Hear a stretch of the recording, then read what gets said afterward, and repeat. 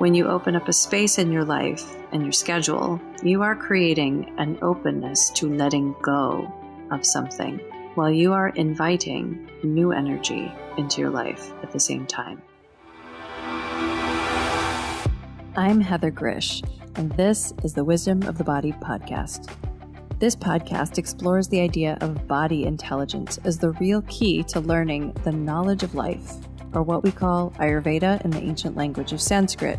We do that by connecting with today's creative leaders and experts who will help you listen to your body, trust your gut, and live in deeper harmony with nature. Come join me as we unlock the golden door to clear, direct perception and become very deep listeners. You can find the Wisdom of the Body podcast on Apple, Spotify, and Stitcher. You can also follow us by joining my email at heathergrish.com or on Instagram at heathergrish. I know you're going to love this podcast, so take a second right now to subscribe. Do you put space on your calendar for self-care? I'm bringing this up because lately I have a lot of clients talking with me about retreats, and the desire for going on a retreat is often a sign that one's self-care is in need of a little tune-up. Well, how do you decide when it's the right time to go on a retreat? At some point in my late 30s, it became important to me to live my life in a way where I would very rarely need a retreat. I started trying to build my own life in a way where I would love where I live, love the people I'm around daily, the work that I do, and have my body actually feel good in the process. I sought to find health and balance in the day-to-day routines. However, we all know that things get inevitably a little out of balance sometimes. And when that happens, we have to see if we can restart the routines again, or if we need to be in a new environment and get them restarted. It seems kind of crazy that one would need to leave her home in order to press the reset button on the daily routine, but this is because being in the same environment with the same environmental conditions and triggers often makes it difficult to get ourselves out of a funk, whatever kind of funk we're in. When we're in a phase of deep transformation or intensity, we may find that we need retreats more often. A busy work season, finishing up a big project, launching a business, a book, or a music album. When we are in a place of stuckness, that's another place we might find that we want to retreat more often. Stuckness can come with frustration or a feeling of being dull or blah. Right now, I'm going to address this place of I need a retreat, which may come from being overwhelmed by life in any of these ways. So to me, a retreat is any sort of trip or vacation away from the day-to-day. However, retreat also comes with the connotation of getting away from something specific. We crave this when we've been in the world a lot. We're always quote-unquote in the world, but sometimes the way we've been mixing with other people, with foods, with media, with how we've been working, exercising or not exercising, can throw us out of balance. It could be certain harmful behaviors that we're more likely to do when we're with other people, like excessive drinking, staying up too late, or working too much. It could be that we've built ourselves a life with so much variation and chaos that it's overwhelming to manage. We may have had some bad luck happen to us that makes things even more overwhelming. So when we are in our day-to-day and it's difficult for us to make our lives better while we're still in them, because we really fail to be able to see that they could be another way. And we fail to see how we might be able to implement changes to make our lives better. A more important question might also be, why are you seeking a retreat? Can you pinpoint what you really want to get away from? Can you pinpoint what doesn't feel good and how you got to where you are? You may or may not be able to answer this question. And actually, when you do go on retreat, you'll even have the realization that what you thought was the source of the issue was not really the issue. But, at least you went off on your little trip with a hypothesis.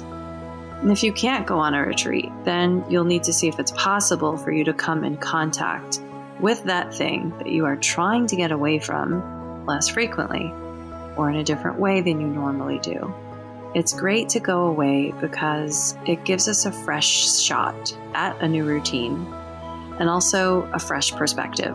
But sometimes we can simply reduce the dial on something that we've been coming in contact with to balance it out, rather than just getting away from it altogether. It actually takes a lot of strength to implement a change in one's daily life without having a pattern breaker. Whether that pattern breaker is a retreat or an event that demands a change in one's behavior anyway, like having your power go out or even getting a new job with a new commute. Let me be clear, it's not bad to want a retreat. It's part of the process for many people, and frankly, it's an incredible luxury. If you can do retreats, you are very lucky. It can be quite helpful to take a break from the day-to-day. It's especially helpful in these times when we have gotten out of balance, are feeling burned out, or finally want to get to work on something we've been putting off for a long time. But here's an issue with retreats. If you come back to your life and you start doing the same things over and over again, you're simply going to end up back in the same place that you were in before a few months later, and you'll find yourself needing another retreat.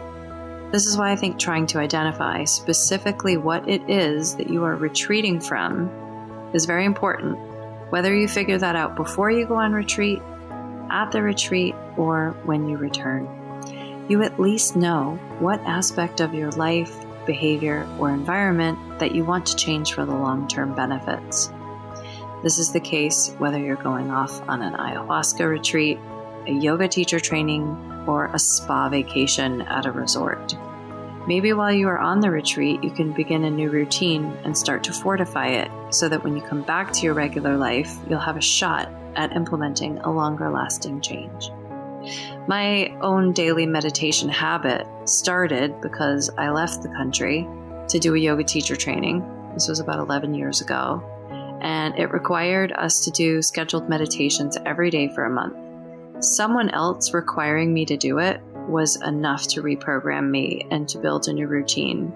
And it was easier to do it because I was out of my regular routine. It would have taken so much more strength for me to try to do the same thing at home in my quote-unquote real life. In fact, when I got home from my retreat, I wanted to implement this new routine so badly that I actually left my husband and got a new apartment. I'm not saying you should do that, by the way. It was really not a good time. It was not very easy. But I left for this retreat because I had gotten married 2 years earlier, and my husband and I were trying to get pregnant. And there were several issues that went unaddressed in our relationship and in my health. And one morning I just woke up and knew that I needed to take some time away. Part of me thought I was leaving the country on this trip to become a yoga teacher so that I could quit my corporate job that I felt stressed out from. A little voice in my head kept telling me that I wouldn't be a good mother if I worked full-time. No judgment if you do it, okay? I just really, really, really wanted to stay home for a while and focus my energy there if I was going to have a kid. And I thought that teaching yoga would have been a good thing to do instead of having a corporate job because I could teach yoga part-time, whereas it seemed virtually impossible to have a corporate job and work part-time. These were my assumptions at the time. And here's the thing, my husband actually kept telling me that he wanted me to work in my corporate job when I had a baby. So we really didn't have the same vision for our family. And I realized this once I actually left the country and stepped away for a couple of weeks. So even though I thought I was going for one reason, it was really for another reason. And I made big changes that stuck in my life. When you get back from your retreat, it will take a lot of diligence and commitment to stick with your new routines and habits that you have started to adopt. Life will try to make you shapeshift back into your old egoic form, so you'll need to fight that. And as you do, others around you will find themselves shifting too. You have changed, and they must accept that. Because you have changed, so must they. Every relationship exists as a dynamic, whether that is a relationship with food, a job, or a person. Don't go on a retreat unless you're ready to discover the change that awaits you. It may not be what you expect. When you open up a space in your life and your schedule, you are creating an openness to letting go of something, while you are inviting new energy into your life at the same time. It's important to do all of this intentionally. Now, going back to those of us who can't just pop off on a retreat. Well, that means if we want to implement some new behaviors and routines or introduce some new dynamics and have some different experiences and results in our life, I mentioned earlier that it's easier to do this when there is some other pattern breaker happening anyway, like a holiday. Your partner is traveling for work. There's a stay-at-home order. Implementing these changes on your own is difficult unless you make yourself a plan and you try to commit to it. And you can bring things into your life to support you, like coaches or practitioners that you meet with regularly. You can set up objects in your house that remind you of what you're building or letting go of. In fact, I write all about how to design your environment to support your intentions in Chapter 6 of my book, The Ayurvedic Guide to Fertility. Listen, I went from being a stressed out, workaholic, over-exerciser with chronic heartburn and irregular periods, and a life where I lacked deeper connection and purpose, and didn't even realize that I was harming myself, to being a person who meditated 30 minutes every day for 6 years, went back to grad school in my mid-30s, and now I practice a form of medicine that I didn't even hear of until I was 32 years old. That form of medicine helped me get pregnant, which was the thing I was trying to do in the first place when I set off for my yoga teacher training 11 years ago. Except it all happened about 8 years later than I thought. So I know what kinds of life transformations are possible for people who put the work in to change their lives while also learning how to surrender more to their true nature. You probably don't need to make such drastic changes in your own life. Maybe my story is a little bit extreme. Maybe you just need to drink a little less. Maybe you need to stop eating so much popcorn. Maybe you really need to practice tree pose every day. But if you do need to make even really big changes, it's possible. And your body, your mind, and your heart will really thank you for it. And ultimately, so will everyone else in your life. So your desire for a retreat is really a desire for change. Look that in the eye and go very deep and make the difficult changes. You are more powerful than you know. And yes, you will need a little help from your friends. So you got to ask for the support that you need. And actually, you never know who you're going to even help by asking for support. So what are you waiting for? I'll leave you today with one of my own personal mantras. Everything you need will be provided for the work that is to be done. I get so excited. I get this kind of goosebump feeling when I get a booking from a new client that I haven't met yet. And I get so excited because I know that somebody has made a decision to go really, really, really deep into their healing. Because I know that Ayurveda is not a quote unquote normal thing that many people have access to, at least not in the United States where I live. So I know that when someone books with me that they've really made a decision that they want to go deep into their healing. And so you could do that on my website at heathergrzych.com. That's Heather, GRZYCH.com. You can book me for either a Ayurvedic consultation if you're ready to dive in, or you can also book me for a 15-minute connection call if you're not sure where to go yet. I do have a couple offerings that are not on my website, and we can talk about that. So I look forward to meeting you. Thank you for tuning in and dropping in with us today.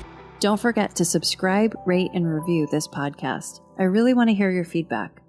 To learn more about my work, visit heathergrzych.com.